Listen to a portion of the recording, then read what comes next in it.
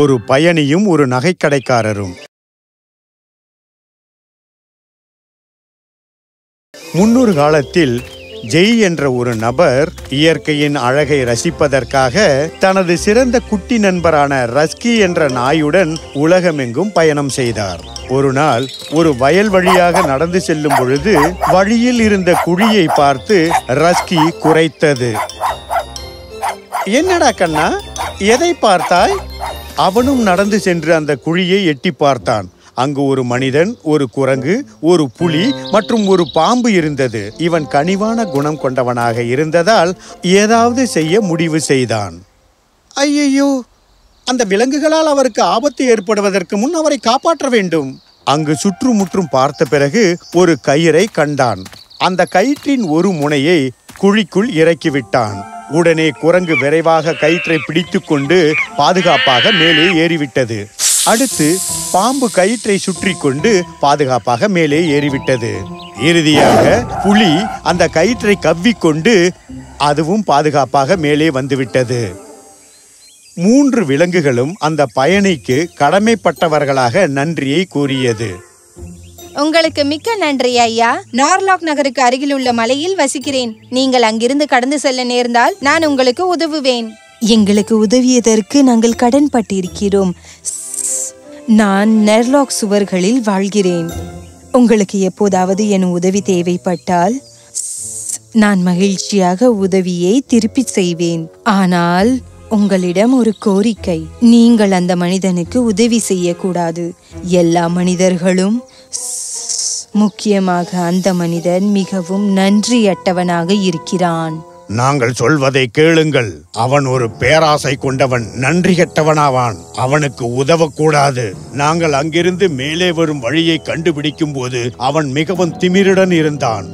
எப்படியோ உங்கள் உதவிக்கு நன்றி. நீங்கள் எப்பொழுதாவது அருகிலுள்ள காட்டிற்கு வந்தால் செரோனா கரைக்கு வாருங்கள். அங்கு உங்களுக்கு ஒரு பெரிய விருந்து கொடுத்து பரிசும் கொடுக்கிறேன். இதை சொல்லியவுடன் அவைகள் காட்டிற்கு ஓடிவிட்டன. அந்த விலங்குகள் கூறியதை புறக்கணித்துவிட்டு குழிக்குள் மாட்டியிருந்தவனை காப்பாற்ற முடிவு செய்தான். ஜெய் அந்த கயிற்றை இழுத்து பிடித்து குழியில் இருந்தவன் மேலேற உதவி செய்தான். நன்றி, என் பெயர் ரோர்கன்.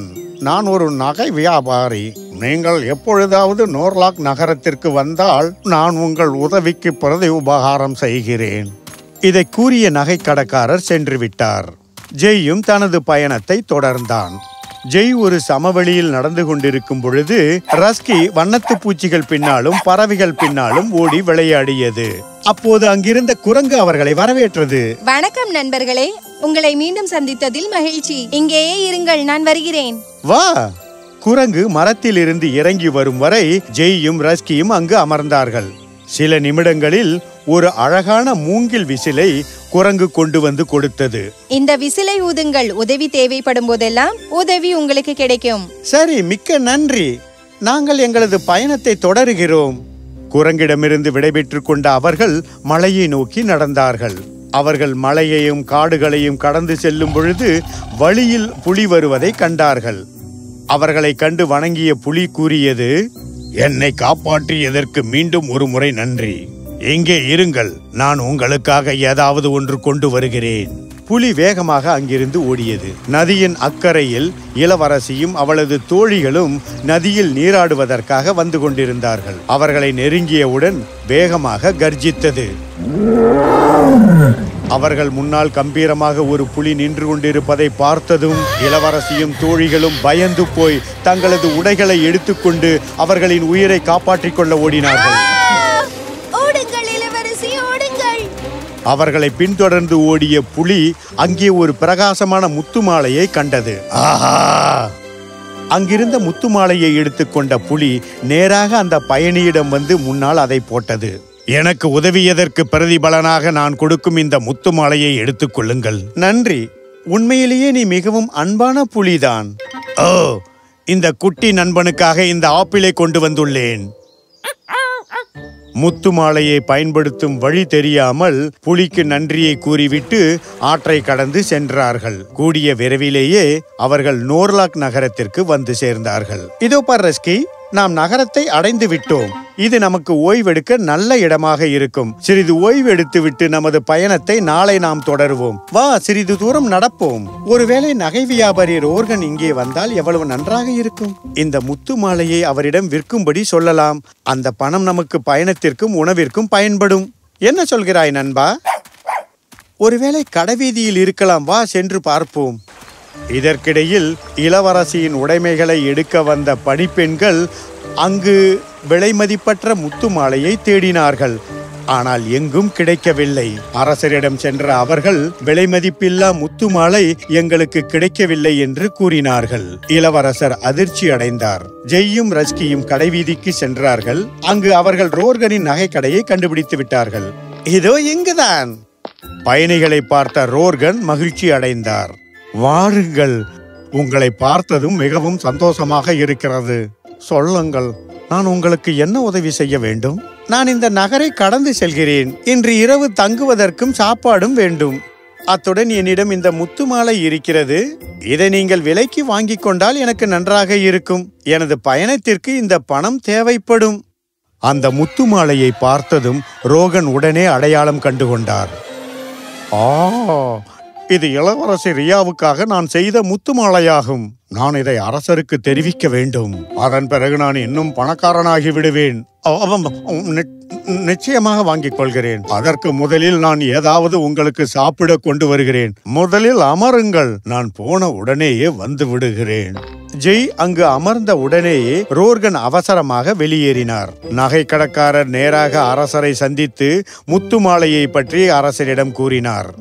மாற்றுமை தாங்கியவரே, திருடு போய்விட்டதாக நீங்கள் தேடும் முத்து மாலையை திருடி வைத்திருப்பவன் இப்பொழுது எனது கடையில் தான் இருக்கிறான். அற்புதம்! காவலர்களே, இப்பொழுதே இவருடன் அங்கு சென்று அவனை கொண்டு வாருங்கள். ஜெய்யும் அவனது நாய் ரஸ்கியும் அரசரின் முன்னால் கொண்டு வரப்பட்டனர். ஜெய்யின் கையில் இருக்கும் முத்து மாலையை பார்த்ததும் உடனடியாக அவனுக்கு தண்டனை அளிக்கும்படி காவலர்களுக்கு உத்தரவிட்டார். ஆனால் ஆனால் ஆனால் அரசே, ஒரு வார்த்தையும் உன்னிடம் நான் கேட்க விரும்பவில்லை. நீ இந்த நகரத்திற்குள் கை காப்புடன் செல்லும் பொழுது அரசரின் பொருளை திருடினால் என்ன ஆகும் என்று இந்த நகரத்தில் உள்ள அனைவரும் தெரிந்து கொள்ள வேண்டும். இவனை இழுத்துச் செல்லுங்கள். இவனை இழுத்துச் சென்று ஒரு கூண்டில் அடையுங்கள். எனவே அப்பாவி ஜெய் கை காப்புடன் அந்த நகரத்தில் இழுத்துச் செல்லப்பட்டான். பாதையோரம் இருந்த மக்கள் அவனை பார்த்து கேலி செய்தார்கள்.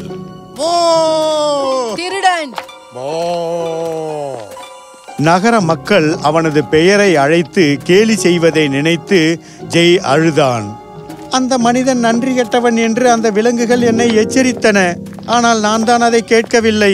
அவனுக்கு உதவியதால் எனக்கு இந்த துரதிர்ஷ்டம் ஏற்பட்டு விட்டது. அப்பொழுது குரங்கு கொடுத்த பரிசு தன்னிடம் இருப்பது நினைவிற்கு வந்தது. தனது சட்டைப்பையிலிருந்து விசிலை எடுத்து அதை ஊதினான். அந்த சத்தத்தை கேட்டதும் குரங்கு நகரத்தை நோக்கி வந்தது. ஓ இல்லை, அது ஜே. வலைக்குள் இருக்கும் பாம்பையும் வெளியே அழைத்தது. ஏ பாம்பே, பாம்பே, வெளியே வா. பாம்பும் தனது இருப்பிடத்திலிருந்து வெளியே வந்தது. அங்கே ஜே சிக்கலில் மாட்டிக்கொண்டார். அவருக்கு நாம் உதவி செய்ய வேண்டும். எனக்கு ஒரு வழி தெரியும். என்னிடம் இதை சொன்னதற்கு நன்றி. பூதமாக இருக்கும் தனது சகோதரியை பார்க்க அது உள்ளே சென்றது. முழு கதையையும் அவளிடம் இது சொன்னது. அவளும் உதவி செய்ய ஒப்புக்கொண்டாள். இந்தா, உனக்கு வாய்ப்பு கிடைக்கும் போது இதை அந்த மனிதனிடம் கொடு. இளவரசியை நான் மயக்கமாக்குவேன். இளவரசியை எழுப்ப ஒரே வழி இந்த இலையை முகர்வதுதான் என்று அவனிடம் நீ சொல்ல வேண்டும். இளவரசி இந்த இலையை முகர வேண்டும்.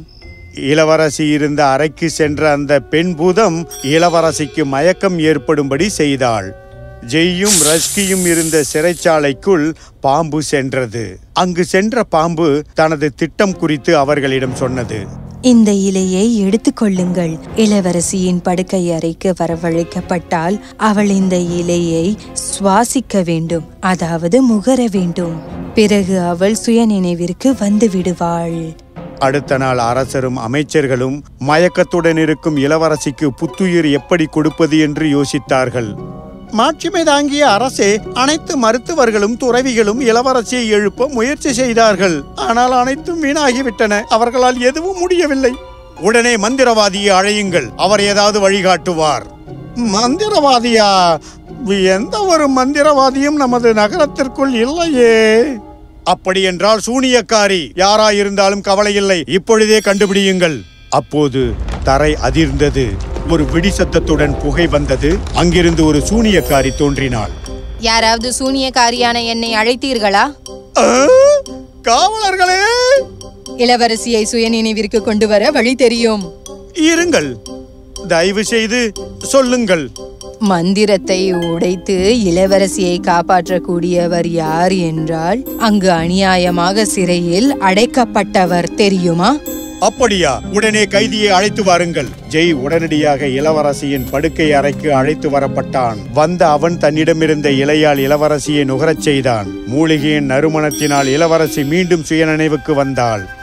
என் சிறிய தேவதையே, மிகவும் நன்றி மகனே.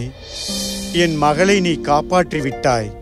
ஒன்று சொல், நீ அந்த முத்து மாலையை திருடவில்லை என்றால் அது உன்னிடம் எப்படி வந்து சேர்ந்தது? அனைத்தையும் ஜெய் விவரமாக அரசரிடம் கூறினான். இளவரசியை காப்பாற்றியதற்காக அரசரும் ஜெய்க்கு வெகுமதி அளித்தார். தவறான தகவல் கொடுத்த பொற்கொள்ளர் வரவழைக்கப்பட்டார்.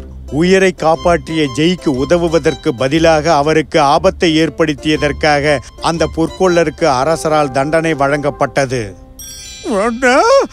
வேண்டாம். இவ்வாறு ரோட்கன் ஒரு முக்கியமான பாடத்தை கற்றுக்கொண்டார். அதாவது ஒருவர் நமக்கு உதவினால் எப்பொழுதும் அவருக்கு நன்றி உணர்வோடு இருக்க வேண்டும் என்பதையும், பேராசையுடனும் சுயநலத்துடனும் இருக்கக்கூடாது என்பதையும் நன்றாக புரிந்து கொண்டார்.